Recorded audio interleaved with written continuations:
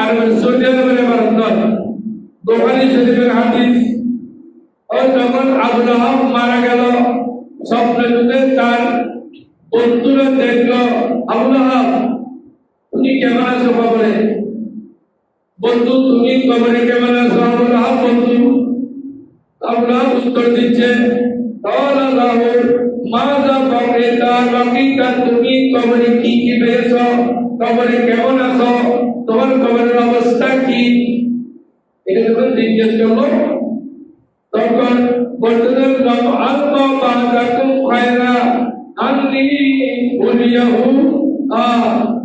আমি দুনিয়া থেকে যাওয়ার পরে আমি দুনিয়া থেকে যাওয়ার পরে কবরে আমি কোন শান্তি পাই নাই। কবরে কোন শান্তি, কবরে কোন শান্তি পাই নাই।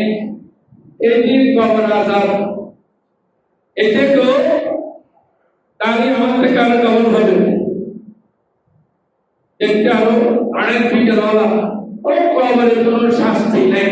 কবরে বলি না আমাদের বুঝা হাদিসে আবু লাহাব বলতেছে আমি কবরে শান্তি পাই নাই, কবরে শাস্তি হচ্ছে দুঃখে হয়, কবরে পারফেক্ট চলে, কবরে ডিমান্ড নেই। আর মৌলবী বলতেছে কবরে কোনো শাস্তি নেই। আল্লাহ মৌলবীকে আমিন বলেন।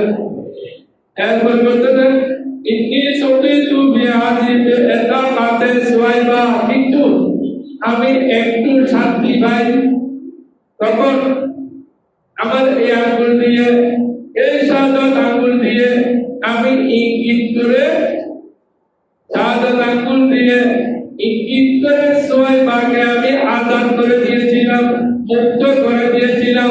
আমাকে আমার বাতিজা আগমনের সুসংবাদ যখন দিয়েছে, মুহাম্মদ রাসূলুল্লাহ আগমনের সুসংবাদ যখন দিয়েছে, তখন আমি এই শাহাদাত আঙ্গুল দিয়ে ইঙ্গিত করে ওই সুয়াইবাকে আজাদ করে দিয়েছিলাম।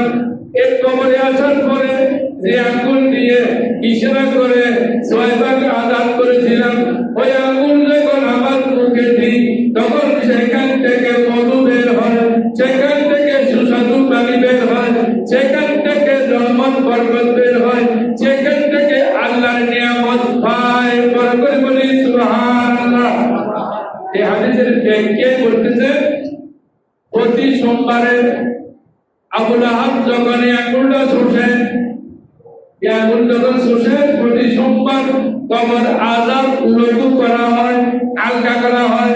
কবর আযাব আল্লাহ রাব্বুল আলামিন মওকুফ করে রাখে প্রতি সোমবারে। কেন?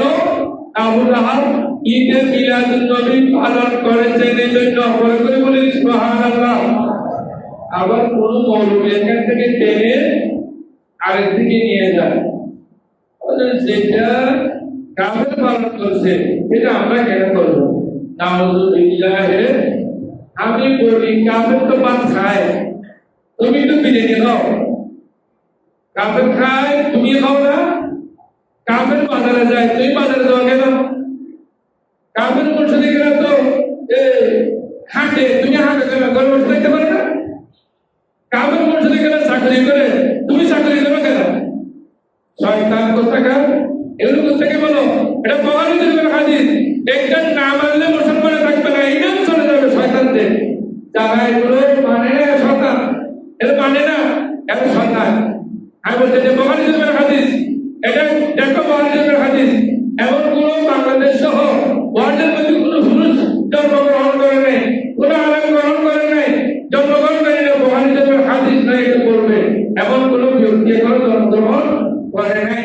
তো বুখারী শরীফের হাদিসে যদি আবু লাহাব যদি বাতিজার মুহাম্মদ রাসূলুল্লাহর আগমনের দিকে একটু উদযাপন করে সুয়াইবাকে আজাদ করে দিয়ে যদি সে ব্যক্তি শান্তি পায়, আর আমরা ঈদে মিলাদুন নবীর দিনে তাবরুক বিতরণ করে, ঈদে মিলাদুন নবীর দিনে মাহফিল করে, ঈদে মিলাদুন নবীর দিনে টাকা খরচ করে, ঈদে মিলাদুন নবীর দিনে দরুদ শরীফ পড়ে, ঈদে মিলাদুন নবীর দিনে কোরআন শরীফ পড়ে, ঈদে মিলাদুন নবীর দিনে রেখে, ঈদে মিলাদুন নবীর দিনে ভালো কাজ করে, সবকে খায়রাত করে, আমরা কি শান্তি পাবো না কবরে?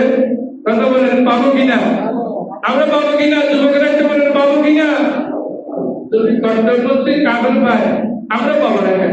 আশ্চর্য ব্যাপার, যেখানে সেখানে বিরোধিতা করে, যেখানে সেখানে বিরোধিতা করা হয়, ঠিক নয়।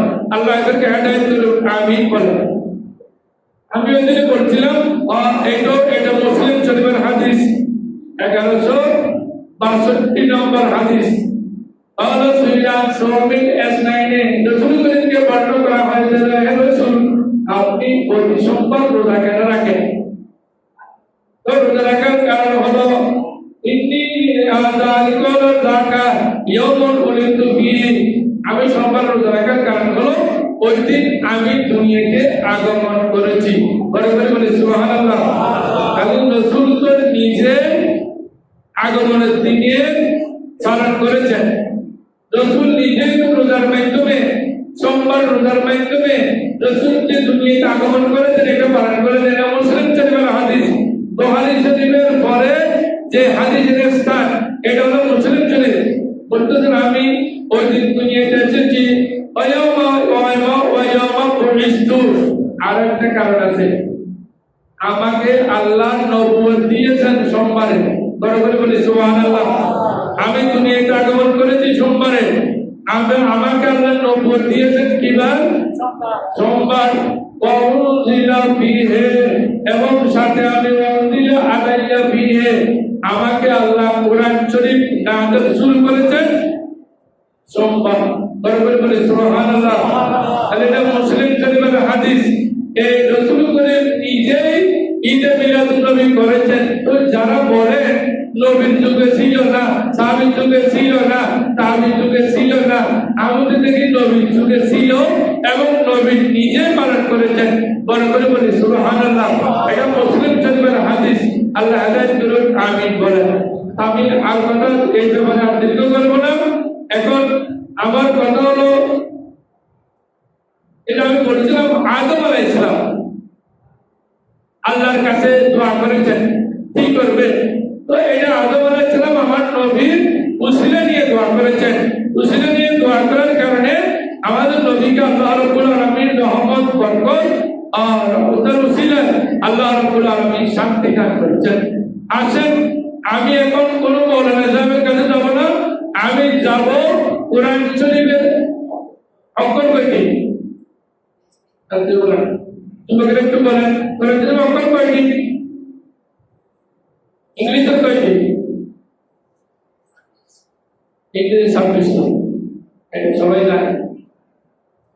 বাংলা কয়টি? বাংলা কয়টি? যুবকেরা একটু বলেন, বাংলা কয়টি? হায় হায় হায়, বাংলা বলতেছি না। আরবি কয়টি? 29টি। হায়, আমরা অনেকে বলতে পারি না। বা আরবি হলো 29টি। এই 29টি অক্ষরের কাছে যাই। 29টি অক্ষরের মাধ্যমে ওনারা নবীজির সুসংবাদ দিচ্ছেন, নবীজির প্রশংসা করছেন, নবীজি আগমনী বার্তা দিচ্ছেন। আল্লাহ হেদায়েত করুন, আমিন বলেন। প্রথমে আমরা আলিমের কাছে যাই, আলিমের কাছে গিয়ে দেখি, এ আলিম তুমি বলো এ নবী কেমন? তো আল্লাহ কা হাবিব আয়া, হাবিবুল্লাহ আয়া হে, আল্লাহর প্রিয় রাসূল এসেছেন। বড় করে বলি সুবহানাল্লাহ। এবার পাক কাছে যাই, বা বলতেছেন কি? মাওয়াল এতিম, এতিমদের আশ্রয়, বেসাহারো কা সাহারা আয়া হে, যারা এতিম আছেন, নিরাশ্রয় আছেন, তাদের আশ্রয় যাতে এসে গেছেন। বড় করে বলি সুবহানাল্লাহ। তা বলতেছেন যে, তা কি বলতেছেন? আজ নজমুস সাকিব, নজমে সাকিব আয়া হে, যে আল্লাহ রাব্বুল আলামিনের যে অক্ষর 29টা অক্ষর বলতেছেন যে নবীগণের নবী নজমুস সাকিব এসেছেন। বড় করে বলি সুবহানাল্লাহ। এটা সাপ। তা বলতেছেন নবীগণের মুকুট এসেছেন, সৈয়দুল আম্বিয়া এসেছেন। বড় করে বলি সুবহানাল্লাহ। এবার জিমের কাছে যাই, জিম বলতেছেন दामिनुल जन्नत आया है और जन्नत की जामीनदार आ गया है। জান্নাতের জামিনদার এসেছেন, যিনি আমাদের জান্নাতের জামিনদার হবেন তিনি এসেছেন। হাদিস শরীফে এসেছে, মাইনিল মারলি जो भाई ने व्यक्ति को এবং লজ্জাস্থান ইবাদত করবে আজমানুল্লাহুল জান্নাহ, আমি তার জন্য জান্নাতের জামিনদার হব। পরে করে বলি সুবহানাল্লাহ। এবার আমরা যাই হার কাছে। খা কি বলে দেখি, বলতেছেন হা বলতেছেন হাবিবে খুদা আ রহা হ্যায়, যে আল্লাহর প্রিয় বান্দা হাবিবুল্লাহ আসতেছেন। বড় করে বলি সুবহানাল্লাহ। এবার আমরা খার দিকে যাই, বলতেছেন খায়রুল বাশর আ রহা হ্যায়, খায়রুল বাশর আয়া, খায়রুল বাশর নবীজি, উত্তম মানুষের মধ্যে সর্বশ্রেষ্ঠ যিনি, তিনি আসতেছেন। বড় করে বলি সুবহানাল্লাহ। এবার আমরা তালের দিকে যাই, দুঃখকে মিটানে ওয়ালা আয়া হে, দান করতেছে মহিউল আযা, মানুষের মধ্যে যারা দুঃখগ্রস্ত থাকে তাদের দুঃখ কষ্ট মিটানোর জন্য আমার নবী আসতেছেন। বড় করে বলি সুবহানাল্লাহ। এই জন্য আশিক মুস্তাফা আঙ্কল বলেছেন যে এতিমোं का मावा, এতিমদেরকে রক্ষাকারী যিনি, তিনি আসতেছেন। এরপর আছেন আমরা জালের দিকে যাই, জহিরে কায়নাত আ রহা হ্যায়, জাল করতেছেন আফদালুর রাসূল, যে আফদালুর রাসূল জহিরে কায়নাত, আর পৃথিবীর শ্রেষ্ঠ সম্পদ আর নবী করিম সাল্লাল্লাহু আলাইহি ওয়াসাল্লাম আগমন করতেছেন। করে করে বলি সুবহানাল্লাহ। দেখি রাত দিকে যাই, রা বলতেছেন রহমাতুল লিল আলামিন আয়া হ্যায়, রহমাতুল লিল আলামিন আগমন করেছেন। আর রহমাতুল লিল আলামিন আ রহা হ্যায়, যে আমাদের কাছে আল্লাহর রহমত, দুই জাহানের রহমত আসতেছেন। এবার সিট থেকে চাঁদ দিকে দেখি, ফখরুস সামায়ে ওয়াল আরদে, আসমান জমিনের মধ্যে ফখরকারী তিনি আগমন করতেছেন। করে করে বলি সুবহানাল্লাহ। এবার সিট দেখি, সিনের মধ্যে বলতেছেন সৈয়দুল কাউনাইন আ রহা হ্যায়, যে দুনিয়ার মধ্যে সৈয়দুল কাউনাইন, দুনিয়া আখিরাত দুই জায়গার সর্দার যিনি, তিনি আগমন করতেছেন। আল্লাহ হেদায়েত করুন, আমিন বলি।